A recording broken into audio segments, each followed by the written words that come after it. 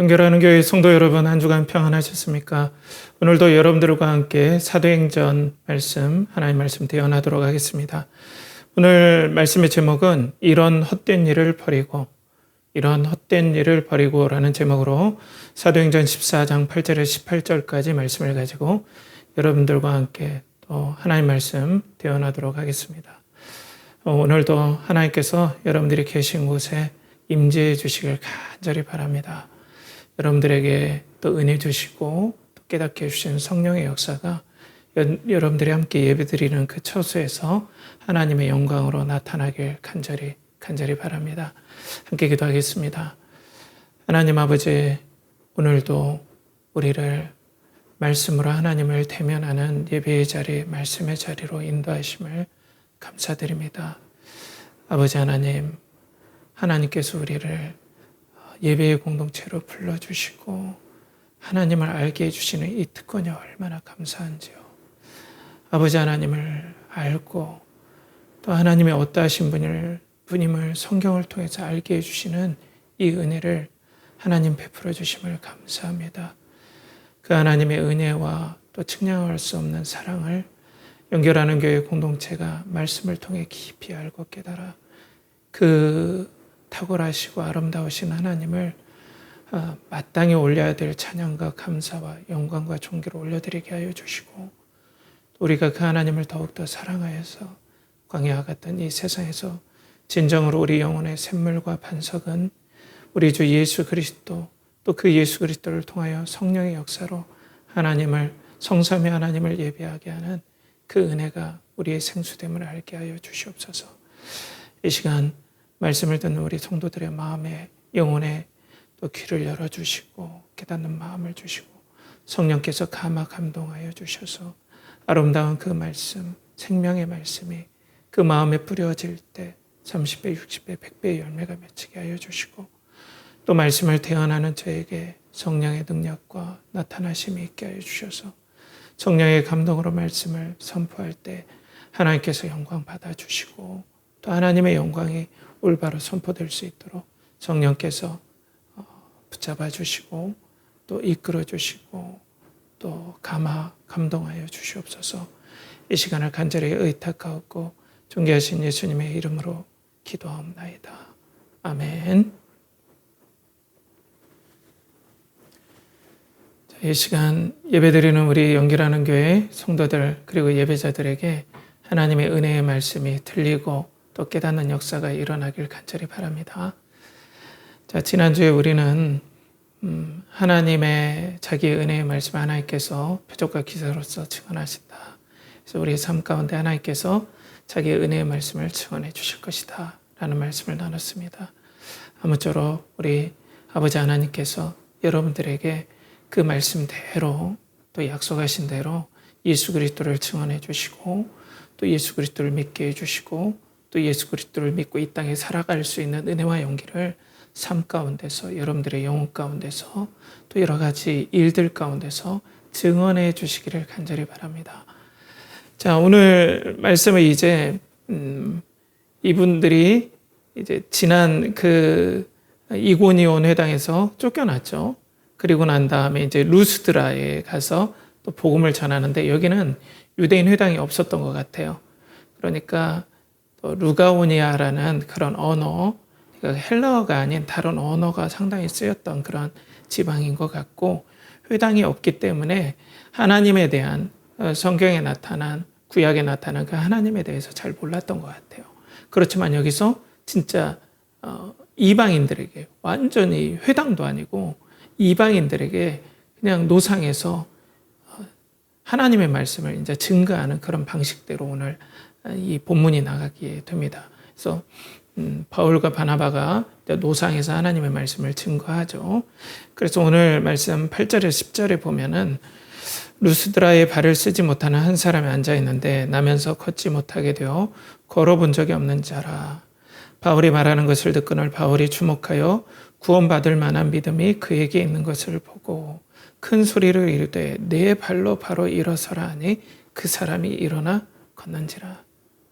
루스드라에서 발을 쓰지 못하는 사람이 보통 이 이제 사람들에게 구걸하기 위해서 장애인들이기 때문에 옛날에는 더 지금보다 복지라든지 사회복지 시설이 안 되어 있기 때문에 이분들은 안타깝게도 구걸로 연명을 했을 것 같아요. 근데 이제 사람들에게 막 말씀을 전하는데 이 예수 그리스도에 대해서 하나님에 대한 개념 자체가 이 사람들은 거의 없기 때문에 이 하나님에 대해서 막 이렇게 전하는데 이 앉아 있는 이 장애인이 말씀을 들을 때 이 예수 그리스도에 대해서 전파할 때 이가 예수 그리스도를 통해서 하나님께서 이 땅의 왕으로서 또 하나님의 나라가 확장됨을 얘기할 때 이 장애인에게 그 예수 믿는 믿음이 생기는 것들을 캐치한 것 같아요. 물론 해석에 따라서는 그냥 이 사람에게 기적을 통해서 일어나게 하는 그런 믿음, 일어날 수 있다 하나님으로 인해서 그 정도까지의 믿음이 될 것이다 라고 해석하는 사람도 있지만 저는 이 사도 바울의 특징을 볼 때 어떻게 해서든 간에 예수 그리스도를 전했을 것이다 생각이 듭니다. 그렇기 때문에 막 말씀을 전할 때 성령의 감동으로 사도 바울에게 이 장애인에게 예수 그리스도를 믿고 이 예수 그리스도를 통해서 예수 그리스도가 하나님 나라의 왕이시고 하나님께서 이 땅에 당신의 나라를 이제는 이루어 가시기 시작했는데 그 왕이 나타날 때 이 장애가 이 회복되는 역사들이 그 증거가 될 것이다라고 막 선포를 하지 않았을까? 그럴 때 이 장애인이 그걸 믿는 믿음이 딱 있는 걸 캐치하고 바울이 큰 소리로 그분에게 장애인에게 일어나라라고 딱 했더니 진짜 일어나 버린 거예요. 엄청 놀란 거죠. 여기서 일어나라 할 때 이분이 일어났는데 이게 그냥 아이고 이렇게 일어난 게 아니라 마치 스프링이 탁 튀어나듯 펄쩍 일어난 거예요. 이 말씀의 원의 느낌은 막 사람들이 막 너무나 충격을 받고 놀랬겠죠. 자, 이런 놀라운 역사들, 이게 이제 하나님의 복음의 말씀을 선포하고 그 표적과 기사로서 나타난 거잖아요. 하나님이 살아계시고 예수 그리스도가 하나님께 세우신 왕이시다. 그런데 이제 사람들의 반응이 어떻게 나타납니까? 오늘 본문 11절에 14절에 보면 무리가 바울이 한 일을 보고 루가오냐 방언으로 소리질러 이르되 신들이 사람의 형상으로 우리 가운데 내려오셨다 하여 바나바는 제우스라 하고 바울은 그 중에 말하는 자이므로 헤르메스라 하더라. 시 외에 제우스 신당의 제사장이 소와 화환들을 가지고 대문 앞에 와서 무리와 함께 제사오고자 하니 두 사도 바나바와 바울이 듣고 옷을 찢고 무리 가운데 뛰어 들어가 소리질러. 이것을 보고 바울과 바나바가 전파하고 대언했던 하나님에 대해서 하나님께 영광을 돌리는 것이 아니라 이들이 루가오냐 방언으로 얘기하니까 사도들이 그때는 어떤 반응이 있는지를 몰랐던 것 같아요. 그러니까 말을 모르니까 루가오냐 방언으로 이야 제우스가 나타났다.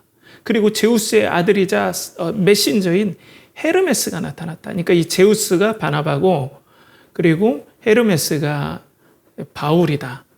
바울과 바나바가 제우스와 헤르메스가 사람의 형상으로 현현해서 그걸 신학적인 용어로 현현해서 우리 가운데 나타났다 하면서 이 제우스 신당에 있는 신전에 있는 제사장에게 알렸어요. 그러니까 이제 제우스 신전에 있는 그 제사장이 이제 옳다구나 하고 막 신나게 막 제물로 드릴 막 그 소를 화환을 거기다가 꽃으로 된 그 목걸이를 소에다 씌워가지고 막 신이 내렸다고 생각하니까 신나가지고 성문에서 그 바울과 바나바를 마치 제우스와 헤르메스 신으로 생각하고 제사를 드리려고 하는데 그걸 그때서야 파악을 한 거예요. 바울과 바나바가. 그러면서 이 우상에게 제사 드리듯 하나님의 말씀을 선포하고 예수 그리스도를 선포하는 그들에게 아니 고작 했더니 우상에게 제물을 드리고 제사 드리려고 하니까 바울과 바나바가 옷을 찢었어요. 이건 진짜 불경스러운 일이다 하면서 막 뭐랄까요. 아무튼 막 옷을 찢고 막 아연실세가 한 거죠. 그래서 말렸던 거예요. 이게 아니라고. 자, 그러니까 보세요. 여기에 첨언으로 좀 제가 여담으로 여러분들에게 말씀드리면, 이제 이 루가오니아 사람, 이 루스드라 사람들이 이런 반응을 한 건 이곳에 전설이 내려와요. 그게 오비드의 변신 이야기라는 그 책에서, 글에서도 이게 소개가 돼요. 이 지방에 내려오는 전신. 오비드란 말이 다른 헬라어로는 또 다르게 발음하기도 해요. 근데 그 내용을 잠깐 여러분들에게 소개해 주자면, 이 지방에 제우스와 헤르메스가 사람의 모양으로 변신해서 그 지방에 나타났어요. 그래서 허름한 복장으로 나타나서 사람들 집에 갔더니 천여 곳을 가도 천 가구를 다 들러도 사람들이 괄시를 그렇게 하고 박대를 하더라는 거예요. 이 신들을 사람의 모양으로. 그러니까 너무나 초라하고 그랬다는 거죠. 그런데 그때 빌레몬이라는 사람과 바시우라는 이 부부가 사는 집에, 허름한 집에 갔는데, 이 빌레몬과 바시우스가 이 사람들을 극진하게, 이 제우스와 헤르메스를 극진하게 영접을 하고 대접을 했다는 거예요. 그래서 그 제우스와 그리고 헤르메스가 너무나 감동해서 이 사람들을 축복했다는 거예요. 빌레몬과 그리고 바시오스를 축복해서 그 허름한 집의 기둥을 대리석 기둥으로 바꿔주고, 그 허름한 집의 지붕을 황금 지붕으로 바꿔줬다는 거예요. 그러면서 그게 제우스 신전으로 딱 바꿔줬다는 거예요. 여러분들, 제우스 신전은 상상을 초월하는 엄청난 건축물이죠. 그 엄청난 신전으로 바꿔줬단 말이에요. 그리고 그들을 축복하면서 그 두 사람을 그 제우스 신전의 남녀 부부 신전의 제사장으로 세워줬다. 그렇게 엄청난. 그리고 그 사람들이 죽으니까 이 제우스와 헤르메스가 떡갈나무하고 그리고 보리수나무로 영생하도록 그렇게 또 만들어졌다. 그리고 그들을 영접하지 않은 천여 곳에 가서는 엄청난 저주를, 재앙을, 그리고 심판을 했다. 이런 전설이 온단 말이에요. 그러니까 이 전설을 여러분들 잘 보면 어때요? 사람들의 탐욕들이 다 들어갔죠. 바램상. 첫 번째는 뭐예요? 엄청난 부귀영화입니다. 대리석과 황금 지붕, 엄청난 부귀영화. 두 번째로는 뭐예요? 명예. 제우스 신전의 제사장, 최고의 명예를 줬다. 그리고 또 뭡니까? 영생. 그들이 죽어서도 생명이 계속 유지되는 떡갈나무와 보리수나무. 그러니까 영생과 명예와 부. 신들이 그런 것들을 나에게 주면 나는 바랄 게 없다. 이것만 있으면 우리가 행복할 텐데, 제우스가 오면은 이런 일들을 할 것이다. 그러니까 이제 이들이 그런 전설이 있으니까, 아니, 놀라운 기적들이 있으면서 성경이 그 하나님을 전파했는데 이들은 고작 반응한다는 게 뭡니까? 제우스와 그리고 헤르메스가 왔다. 그러면서 이제 제사를 드리려고 했던 거예요. 그러니까 아무리 복음을 전해도 이 마음에 견고한 우상의 틀이 있으면 우상으로밖에 반응을 못합니다. 여러분. 이게 인류의 비참함이에요. 아무리 하나님을 전해줘도 그걸 알아먹을 수도 없고, 이 우상과 죄와 우상의 강력한 견고한 이들을 꽉 붙잡아 버려서, 여러분, 이렇게밖에, 우상적으로밖에 복음을 들어도 우상으로 반응할 수밖에 없다는 거예요. 이게 인류의 비참함입니다. 그런데 보면은 여기서 이제 이 반응함을 보고 이 사도 바울이 이들에게 하나님에 대해서 다시 경각심을 불러일으키죠. 이거 우리들은 제우스도 아니고 헤르메스도 아니고 성경에 나타난 그 하나님의 복음 사도들이다. 복음을 전하는. 그리고 하나님께서 너희들을 지금까지 그냥 살도록 놔두셨다. 그렇지만 이제 예수 그리스도가 부활하셨고, 그리고 예수 그리스도께서 하나님 나라의 왕으로 선포되고 복음이 온 천하 만민, 이 하나님의 나라가 시작되었고 하나님 나라가 완성되리라는 그 하나님 나라의 왕이 우리 주 예수 그리스도고 살아계셔서 지금 부활승천하셔서 다스린다는 복음이 시작되는 선포되는 이 시점에서는 여러분들에게 강력하게 복음이 전파되고 있어서 하나님께서는 여러분들에게 강력한 메시지를 지금 주시고 계시다 라고 지금 다시 한번 이 무리들에게 환기시키죠. 그리고 그 제사를 못하도록 강력하게 거부를 하죠. 그래서 16에서 18절 보면 하나님이 지나간 세대에는 모든 민족으로 자기들의 길들을 가게 방임하셨으나 그러나 자기를 증언하지 아니하신 것이 아니니 곧 여러분들에게 하늘로부터 비를 내리시며 결식이를 주시는 선한 일을 하사 음식과 기쁨으로 여러분의 마음에 만족하게 하셨느니라 하고 이렇게 말하여 겨우 무리를 말려 자기들에게 제사를 못하게 하니라. 그러니까 여러분들 잘 보시면요. 이들이 하나님께서 이들을 불쌍히 여기주셔서 이걸 일반 은총이라고 해요. 여러분들 이건 한 상식적으로 알고 계세요. 죄된 인류가 곧바로 망하지 않도록 하나님께서는 이 일반 은총, 은혜를 베풀어 주셔서 사람들이 먹고 살 수 있는 결실기, 추수를 할 수 있도록 은혜를 주셔서 추수의 기쁨을 누리고 떡과 빵과 쌀과 밥을 먹을 수 있도록 하나님께 사계절을 주시고 추수기를 주시고 파종기를 다 주셨다. 이건 하나님께서 하시는 것이지 제우스가 한 게 아니다. 내가 전하는 그 하나님께서 세상 만물을 다스린다. 근데 이들 생각은 어때요? 제우스는 어떤 신입니까? 천둥과 번개의 신이잖아요. 그 천둥과 번개가 치면 어떻게 됩니까? 비가 내리죠. 이 비가 내릴 때 추수가 잘 되고 이 파종을 할 수 있고 농작물이 풍요가 일어나는 거잖아요. 이전에 구약 시대는 바알이에요. 풍요의 신, 바람과 비의 신이에요. 바알이. 그러니까 이게 그냥 모양만 달라진 거지 그리스로 넘어가든 이집트로 넘어가든 고대 근동에 있든 간에 메소포타 지역에 있든 간에 이 사람들의 풍요를 바라고 이렇게 하나님께서 우리에게 일반 은총으로서 살게 해주신 걸 다 하나님의 은혜와 사랑을 우상으로 다 반응할 수밖에 없는 비참함을 우리는 이 말씀을 통해서 볼 수 있다는 거예요. 하나님께서 다 해주셨는데 사람들은 어떻게 반응합니까? 다 그것을 우상이 해줬다. 이런 것들이 있으면 내가 여한이 없고 행복할 수밖에 없다라는 거죠. 그러니까 여러분들 여기서 보면 우리 인간의 비참한 영적 형편을 우리는 알 수 있어요, 여러분, 하나님의 복음이 선포되고 하나님의 사랑이 진실하게 그들에게 베풀어질지라도 사람은 어떻게 반응합니까? 우상의 형태로 반응할 수밖에 없다는 겁니다.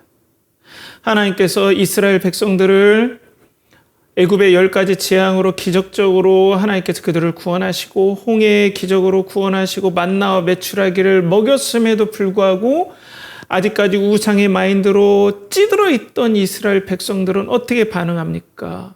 금송아지를 만듭니다. 하나님의 은혜와 은총을 우상으로 반응합니다. 이게 인간의 비참함이에요. 이게 주의 무서움이에요. 저주예요.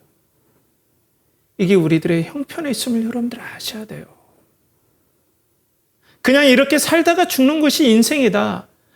내가 오늘 학교에서 공부하다가 성적 받고 아니면은 나중에 대학 가고 대학에서 취업하고 그리고 결혼하고 사는 게 인생이다. 어떻게 살다가 죽겠지. 젊은 사람들은 아직까지 죽음이 내 발끝까지 오지 않았기 때문에 인생에 대해서 그런 관점도 없으니까 생각도 없으니까 그냥 이렇게 살고 오늘 만나는 친구가 좋고 오늘 내가 놀고 즐기는 것들 내 맘대로 사는 것이 좋고 그것들을 응원해주는 막연한 신, 그 신이 나를 도와주면 나는 그게 나의 신이다, 주다, 이렇게 생각하게 된다는 거죠.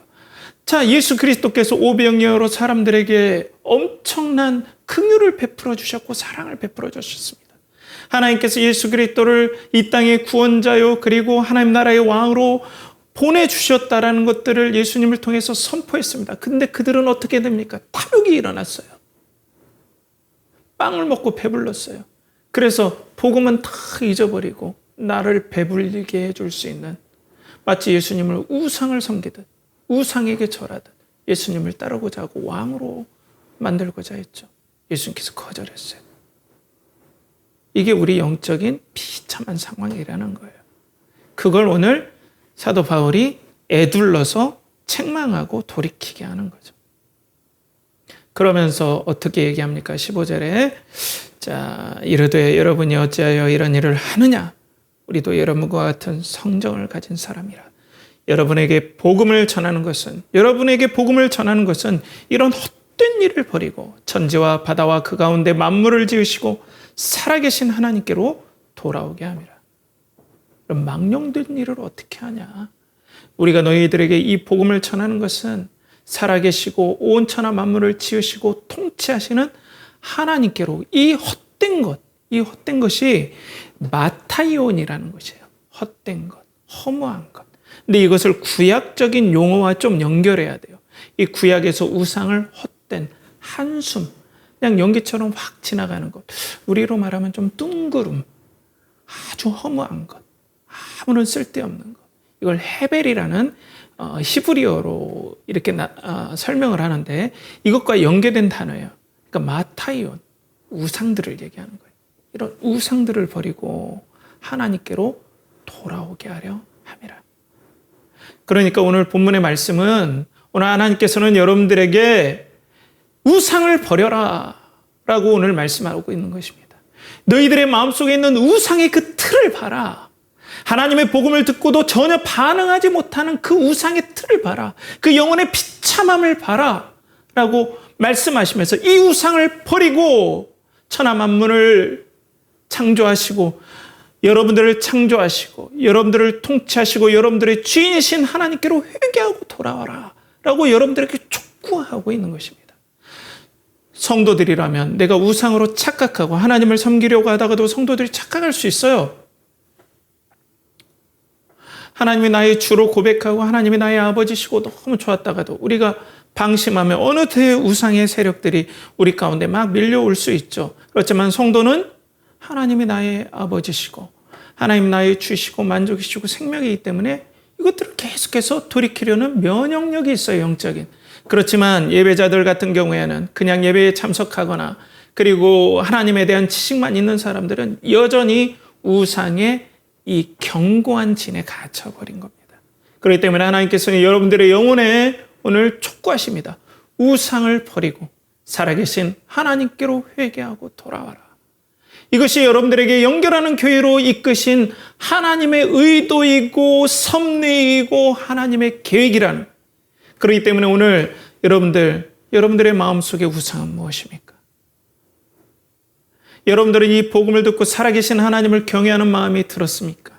여러분들은 지금까지 신앙생활을 하고 부모님 밑에서 신앙생활을 하고 또 이 복음의 말씀을 듣고 하나님을 경외하는 마음을 세우고 생겨나고 그리고 하나님이 너무나 좋고 하나님이 나의 생명이고 하나님 나라가 임할 것이고 하나님 나라가 이 땅에 완성되는 것이 여러분들의 소망이 되었습니까? 아니면 여러분들에게 만족을 준다는 다른 것들로 하나님께서 그런 것들을 줬으면 좋겠다. 내 탐욕을 채울 수 있는 제우스와 헤르메스가 줬던 그런 영생의 복, 그들이 생각했던 그냥 영생의 복, 그리고 부귀와 영화, 그리고 쾌락, 명예들을 여러분들이 줄 막연한 그런 우상과 신으로 여러분들은 계속해서 바꿔서 하나님과 혼동하고 있습니까? 하나님은 오늘 여러분들에게 촉구하고 계십니다. 이 헛된 것을 버리고 하나님께로 회개하고 그리스도를 믿고 돌아오라 라고 오늘 촉구하고 있다는 것입니다. 자, 그러면 우리 연결한 교회 성도 여러분 그리고 예배자 여러분, 왜 그러면 우리는 이렇게 우상을 숭배하게 됐을까요? 자, 우상은 하나님이 아닌 피조물을 사랑하는 거예요. 하나님 대신, 하나님처럼. 그건 뭐냐면 우리가 아담 이후로 죄가 우리 가운데 들어온 다음에 우리들은 원래는 하나님께로부터 오는 사랑 때문에 우리는 힘을 얻어서 정말로 내가 사랑받는 존귀한 존재구나. 나는 너무나 사랑받는구나. 하나님 나에게 친절하시고 자상하시고 나에게 무한한 기쁨과 나를 향한 무한한 행복을 느끼시고 이 하나님의 행복이 나에게 왔을 때 나는 인간이 서로에게 사랑하고 만족을 누리고 하나님 때문에 이렇게 창조되었는데 죄가 우리와 하나님 사이를 깨트려 버리니까 하나님께로 오는 무한한 행복과 만족과 평안과 기쁨과 생명이 끊어져 버린 거예요. 그러니까 어때요? 이제는 우리가 하나님을 사랑하는 것을 우리는 다 잊어버리고 나 자신을 사랑하는 왜곡된 이상한 자기 사랑에 빠질 수밖에 없다는 거예요. 그래서 우리 인간은 자기를 사랑해요. 이기적으로 내 자신을 사랑할 수밖에 없어요. 왜? 하나님을 사랑할 수 없으니까 거기서 오는 기쁨과 만족을 누리는 걸 완전히 잊어버리고 끊어져 버렸으니까 나 자신을 사랑하는데 나 자신을 사랑해서 그 기쁨을 누리지 못한다는 걸 느끼는 거예요. 나 자신을 사랑하고 막 사랑하면 내가 행복해야 되는데 아니 하나님과 단절이 됐기 때문에 나에게 그런 행복이 없어요. 그런 만족이 없어요. 그런 평안이 없어요. 그런 안정감이 없다는 거예요. 그러니까 어디서 그것을 찾아요? 피조물에게서, 다른 대상에서 그걸 찾는 거예요. 하나님 안에. 그래서 사람에게서 그걸 찾고, 명예에서 그걸 찾고, 돈에서 그걸 찾고, 그리고 정치에서 그걸 찾고, 그리고 대인관계에서 그런 것들을 찾고, 거기서 하나님께로 오는 그 기쁨과 만족과 평안을 얻는 거예요. 이것이면 내가 살 수 있겠구나. 피조물에게. 이것이면 내가 진짜 인생이 행복해지겠다.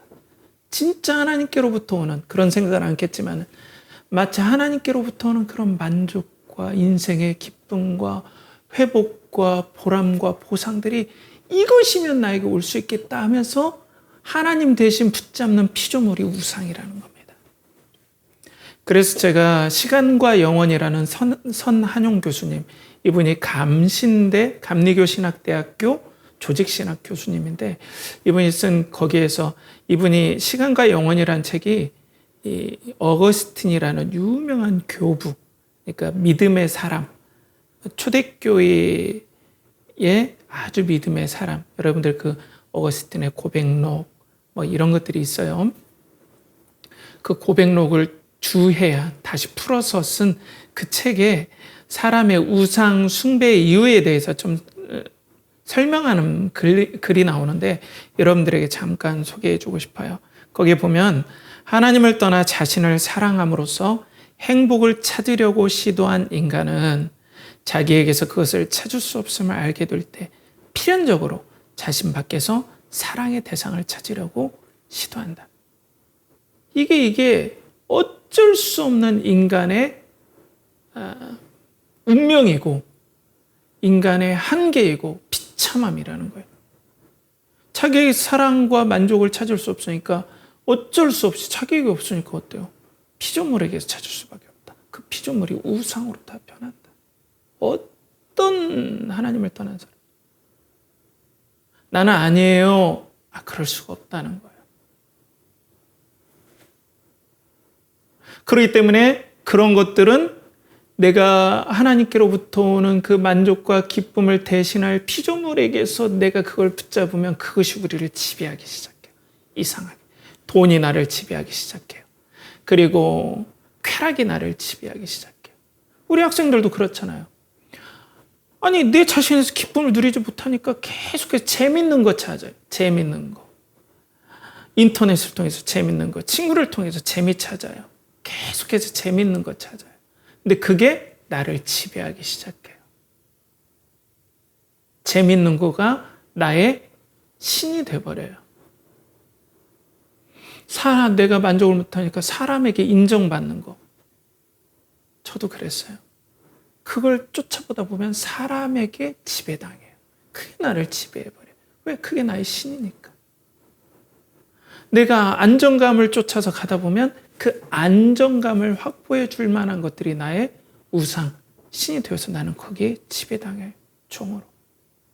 이게 인간의 비참함이라는 거죠. 여러분들은 좀 어떻습니까? 여러분들은 그거에 지배당하지 않나요?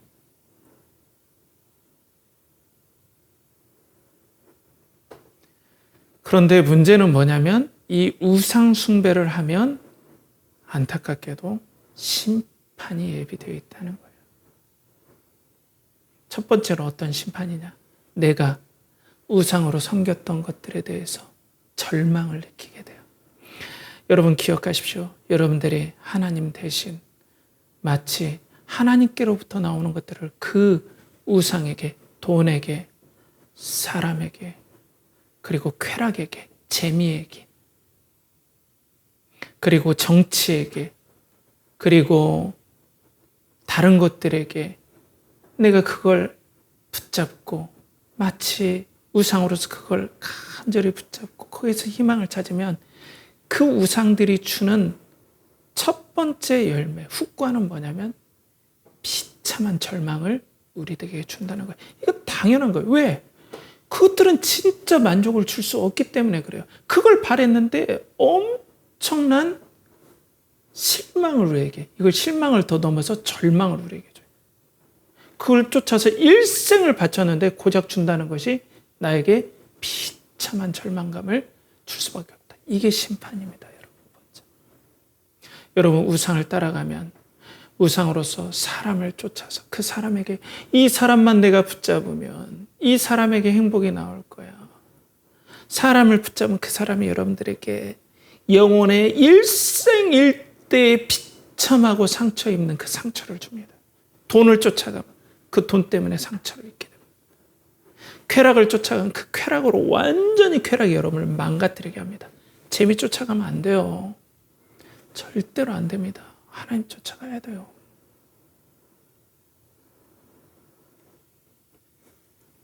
그 다음에는 이거는 자연스러운 어떤 흐름의 심판이라면 하나님의 엄중한 심판이 있어요, 여러분. 하나님의 엄중한 심판이 있습니다.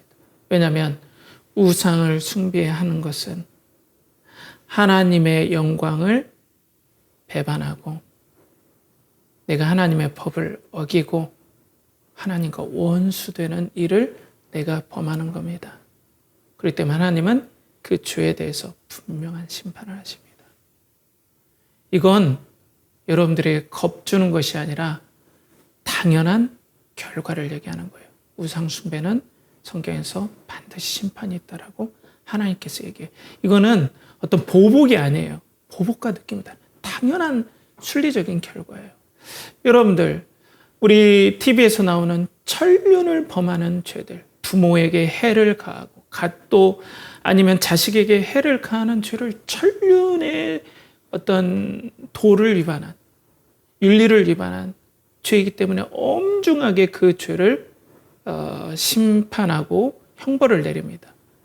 우리 일반적인 사회가 그렇잖아요. 왜냐하면 그 부모와 자식과의 관계는 너무나 소중하기 때문에, 너무나 가치가 있기 때문에 이것들을 깨트리는 건 엄청난 잘못이다.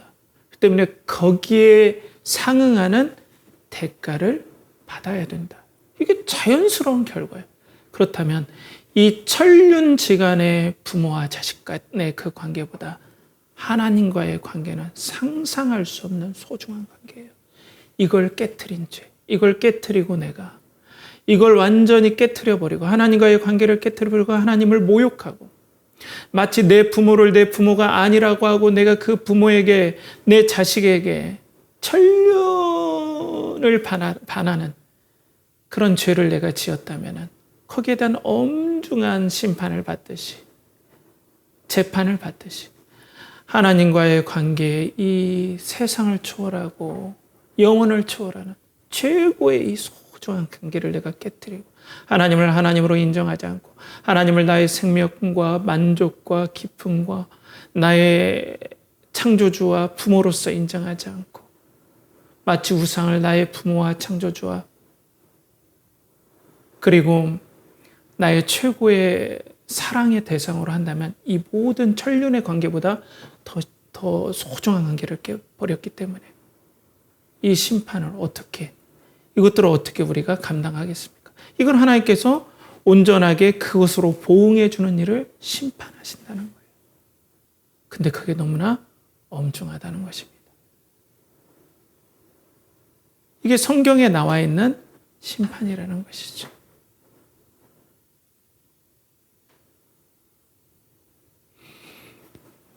피카소가 멋진 그림을 그리고 그 멋진 그림으로 사람들에게 영광을 받았는데 갑자기 사람들이 그것을 피카소가 그린 그림이 아니다. 당신이 이거 그림 주인이 아니야. 라고 인정하지 않으면 피카소에게는 이건 엄청난 모욕이 되는 거죠. 당신은 그럴 재주가 없어. 당신은 이를 그릴 화풍이 없어. 이것만 해도 나에게 일생일대의 모욕인데 만물을 창조하시고 우리에게 참된 사랑의 근원이 되시고 능력이 되시고 영원한 하나님 나라의 주인이 되시는 그 하나님을 하나님으로 인정하지 않는다면 이런 모욕이 어디 있습니까?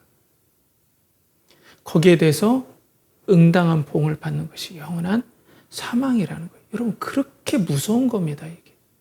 여러분 그냥 하나님이 왜라는 것이 아니라 하나님은 절대 불의하지 않으시고 실수하지 않으세요. 하나님은 완전하세요. 때문에 여러분 하나님이 말씀하시는 것들을 먼저 들으셔야 됩니다. 그게 맞아요. 그런데 더 안타까운 건 뭡니까? 이런 하나님께서 우리의 주인 되시고 만족되시고 창조주 되시기 때문에 이 하나님께로 돌아와야 되고 이 하나님을 무시한 저는 이렇게 무섭습니다 하면 우리 안에 반항과 분노가 치밀어 오른다는 거예요. 그러니까 이 모든 우상을 버리고 하나님께로 돌아와야 하는데 우리에게 돌아올 힘이 없어요. 돌아오고 싶어 하지도 않아요. 심각하게도 들리지 않아요. 이게 인간의 비참한 영적인 상황이에요. 이 죄에 갇혀버렸어요. 우리 스스로 나올 수도 없어요. 부모님이 건져줄 수도 없어요. 친구가 건져줄 수도 없어요. 지혜가 건져줄 수도 없어요. 나의 업적이 건져줄 수도 없고 나의 선한 행실이 이 비참한 죄의 틀에서 건져낼 수도 없어요. 우리는 사망으로 계속해서 끌고 가고 마귀는 우리의 눈을 가리고 이렇게 비참하게 살다 우상 숭배를 하다가 우리에게 철저한 절망감을 주고 죽을 때 기쁨의 환희를 느끼면서 쾌재를 부르면 넌 나에게 속았어. 넌 나에게 이용당했어. 영원한 지옥에서 영원한 저주 가운데서 네가 범했던 죄가 얼마나 큰 죄인지 실감해봐. 라고 하면서 우리를 조롱할 것입니다. 이렇게 되지 말아야죠. 그런데 우리는 이 마음에 견고한 진, 우상의 틀이 우리 가운데 있기 때문에 이걸 버리려 하지 않아요. 사랑하는 연결하는 교회 성도 여러분, 그래서 오늘 하나님께로 돌아오라. 이것이 바로 회개의 의미입니다. 하나님께서 우리의 진정한 아버지 되시고 창조주 되십니다. 그걸 인정하고 시인하고 하나님께로 돌아오는 은혜가 있기를 간절히 바랍니다. 성령께서 역사해 주셔서 이런 마음속에 성경에서 나타나신 그 하나님께로 내가 돌아가야 되고 그 하나님을 하나님으로 인정해야 되는구나. 그 하나님께로 돌아가야 되는구나. 그런데 나는 죄를 심히 범했고 하나님 앞에 의롭지도 못하고 그 거룩하신 하나님 앞에 내가 어떻게 돌아가야 되는가. 여러분 이것을 다 해결해 주실 분이 있습니다. 여러분 이것을 완전하게 해결해 주시고 우리를 하나님 앞으로 완전히 데려가실 수 있는 그분이 있습니다. 그분이 여기서 우리를 구원해 주실 예수 그리스도이십니다. 예수 그리스도께서 우리가 이 복음을 들었을 때 말없이 뿜어져 나오는 하나님을 향한 반항감, 하나님을 모독하는 그 강력한 죄의 반항의 마음, 하나님을 무시하고 모욕하는 계속해서 끊임없이 우리에게 솟아나는 그 저주스러운 죄의 그 본능, 하나님의 말씀이 귀에 들어오지 않는 그 놀라운 그 우리 영혼의 비참함을 예수 그리스도만이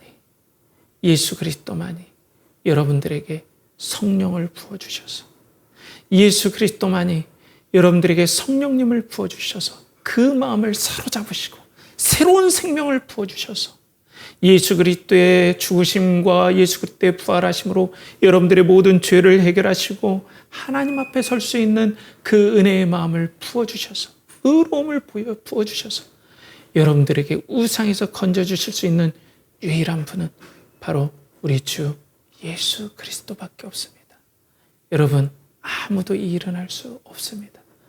참 하나님이시며 참 사람으로 이 땅에 오시고 우리를 위해서 십자가에 죽으시고 부활하시고 승천하신 예수님만이 이 구속 못할 죄인을 아무리 좋은 말을 해줘도 아무리 복음을 들어도 우리에겐 반항심밖에 일어나지 않는 이 주인의 마음을 성령님을 부어주셔서 구원하실 분은 이 예수님밖에 없습니다. 그런 것 같아요. 제가 우리 누님이 저도 다녔던 그 교회에서 그 목사님이 하셨던 그 설교를 저희 누님이 저 고등학교 다닐 때 해주셨던 그 말씀이 잠깐 생각이 나요. 제가 살았던 지역에 이 조폭들이 많은 지역이 있어요. 이 조폭들이 많은 지역인데 어떤 조폭이 있는데 조폭 생활을 하면서 얼마나 그게 젊은이들한테 얼마나 마음에 어떤 효용감을 줘요. 막 사람들이 막 무서워하잖아요. 꼼짝 못하고. 거기에서 어때요? 뭔가 안정감을 느끼고 자유로움도 느끼고 또 재밌고 뭐 이렇게 살면은 아무도 나 못 건들고 괄시 안 당하고 살 수 있다. 뭐 이런 뭐 소위 말해서 세상 말로 객기로 이제 조폭에 가담을 하고 조직에 가담했어요. 그런데 이 친구가 어느 날 마음에 교회를 다녔는지는 모르겠지만은 이제 공허한 거예요. 조폭 세계에 갔더니 사랑도 없고 너무나 험하고 일들이 너무나 비참하니까 이 친구가 교회에 나온 거예요.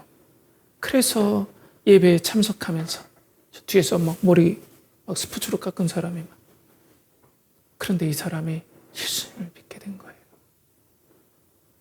이 사람 마음에 성령께서 역사하셔서 나 이제 조폭이 아니구나. 내가 그렇게 이거면은 내가 인생에 보람이 있겠다. 이거면 정말 나를 행복하게 해줄 수 있겠다 하고 내가 조폭 생활을 했는데 나 이거 이제 하기 싫다. 그런데 이 조폭 생활을 그만두려면 그 조직에 어떤 법이 있어요. 그게 뭐냐면 장애를 입도록 막고 나와야 되는 거예요. 그러니까 다리를 못 쓰거나 몸을 못 쓸 정도까지 막고 나올 때까지 버티면은 조직에서 나가게 해주는 거예요. 그 친구는 계속 고민합니다. 두려운 거예요. 너무 무서운 거예요. 어떤 조직인지 아니까 죽을 수도 있는 거예요. 그런데 이제는 예수 그리스도께서 성령께서 나에게 부어주시니까 나 그 삶을 살기 싫은 거예요. 이제 하나님을 아버지로 모시고 살고 싶은 거예요. 이 형제가 조폭을 찾아갔습니다. 그리고 얘기합니다. 저 조폭을 떠나고 이제 신앙인으로 살겠습니다. 어떻게 했겠습니까? 우려한 대로 거의 초죽음이 되도록 이 형제를 감금하고 폭행했어요. 몸을 가누지 못하고 사람이 질질 끌려 나올 정도로 부러지고 꺾여지고 하고 이 형제가 나오고 다행히 잘 치료가 되어서 정말 예수님을 잘 믿는 하나님의 백성으로 살게 되었다. 이 얘기를 듣게 되어서 실화예요.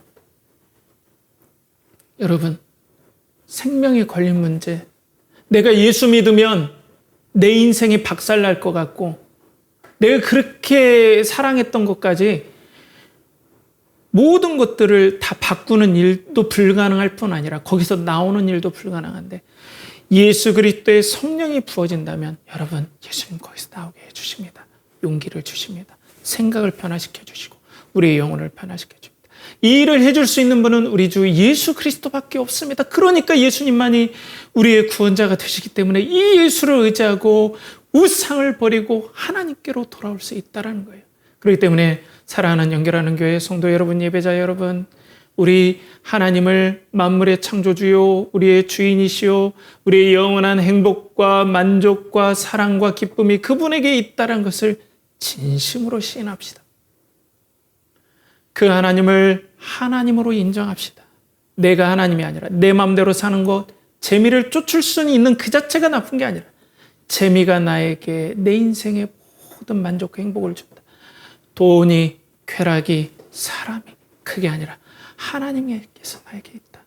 우리 학생들도 재밌는 것 찾아서 쫓아서 가고 그것만 살다가 보면 여러분 우상으로 하여금 절망감을 맛보고 그리고 우상을 통해서 이렇게 살다가 여러분들 비참하게 영혼의 말로가 되어지게 되고 끝나게 됩니다. 그렇기 때문에 여러분 우상을 버리고 하나님을 하나님으로 시인합시다. 두 번째로는 이 우상에서 나오게 하는 우리 주 예수 그리스도, 이 구원자를 의지합시다. 이 예수 그리스도가 여러분들을 우상을 버리게 해주시고 사탄과 죄의 노예에게서 나오게 해주셔서 하나님을 아버지로 섬기게 해주실 겁니다. 이분이 성령님을 부어주실 것입니다. 이 예수님을 믿고 시인합시다. 그럼 믿는 게 무엇이겠습니까? 제 옛날에 그 팀켈러 목사님이 예화로 썼던 것들이 참 마음에 와닿았어요. 어떤 세계에서 최고의 줄타기 명인이 있었습니다. 그분이 나야가라 폭포인가요? 나야가라 폭포.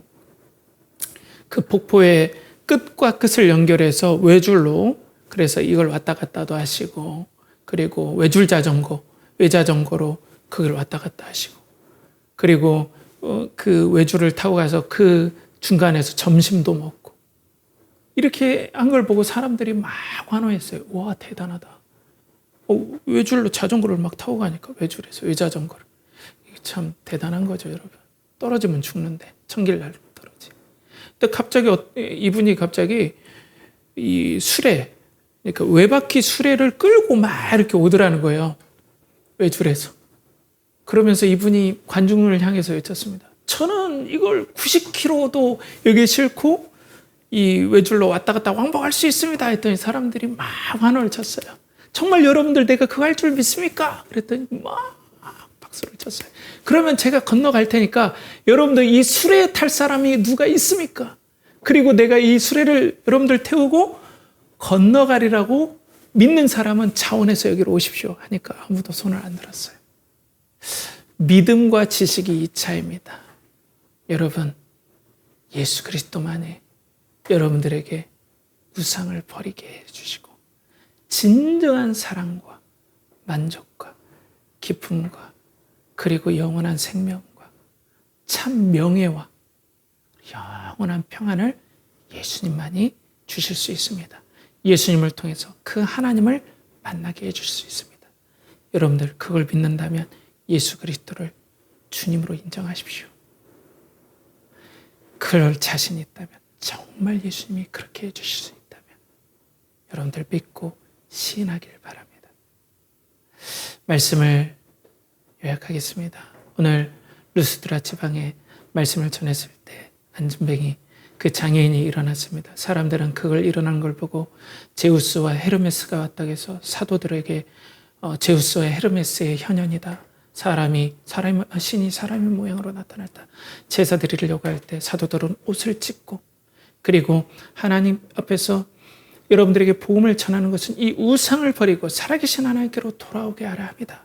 라고 얘기를 했습니다. 그런데 안타깝게도 사람들이 이 복음을 들을수록 우상적으로 반응을 하게 된다. 왜냐하면 죄로 말미암아 단절된 사람들은 자기를 사랑하는데 자기의 사랑에서 하나님께로부터 오는 만족과 생명과 기쁨이 없기 때문에 피조물에게서 그것을 구할 수밖에 없다. 그것이 바로 우상숭배다. 이것이면 내 인생이 정말로 만족하겠다. 그런데 우상숭배로 인해서 우리는 절망할 수밖에 없고 심판을 받을 수밖에 없다. 우상으로 인해서 우리는 분명하게 쓰라린 절망감과 분명한 심판에 빠질 수밖에 없다. 그런데 하나님께서는 우리에게 예수 그리스도를 보내주셔서 성령님을 부어주셔서 우상숭배를 버리고 하나님께로 돌아오게 할 수 있는 구원자로 예수 그리스도를 우리에게 보여주셨다. 때문에 우리는 진정으로 이 예수 그리스도를 의지하면 이런 은혜와 하나님을 만나는 은혜와 이런 만족과 생명과 기쁨을 누릴 수 있다는 걸 진정으로 의지하고 그분께 우리의 삶을 맡기고 인생의 외주를 우리가 예수님을 의지하며 건너가야 된다 라고 여러분들과 나눴습니다. 여러분들에게 우상을 버리고 이 예수 그리스도를 믿는 은혜의 역사들이 이 시간과 이후에 분명하게 일어나길 간절히 축복합니다. 함께 기도하겠습니다. 하나님 아버지, 오늘도 은혜의 말씀 떼어나도록 하신 그 은혜 감사합니다.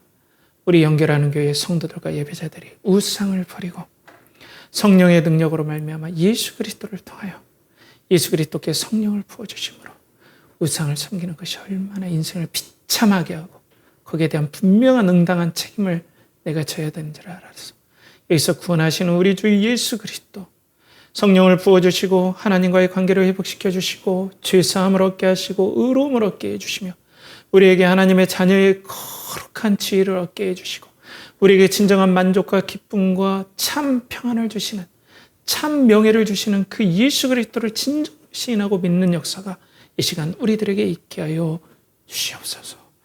이를 간절히 바라고 권하며 이제는 우리 주 예수 그리스도의 은혜와 하나님의 극진하신 사랑과 성령의 내주 교통하심이 이제 우상을 버리고 예수 그리스도를 믿고 예수 그리스도를 의지하여서 우상을 버리고 하나님을 하나님으로 믿고 섬기고 영원한 하나님의 자녀로 살고자 하는 사랑하는 연결하는 교회 성도들과 예배자들의 영혼과 가정과 직장과 사업체와 그 준비하는 모든 것과 예배의 시간에 하나님을 사랑하며 드린 모든 것에 이제로부터 영원토록 함께 하시기를 간절히 축원하옵나이다. 아멘.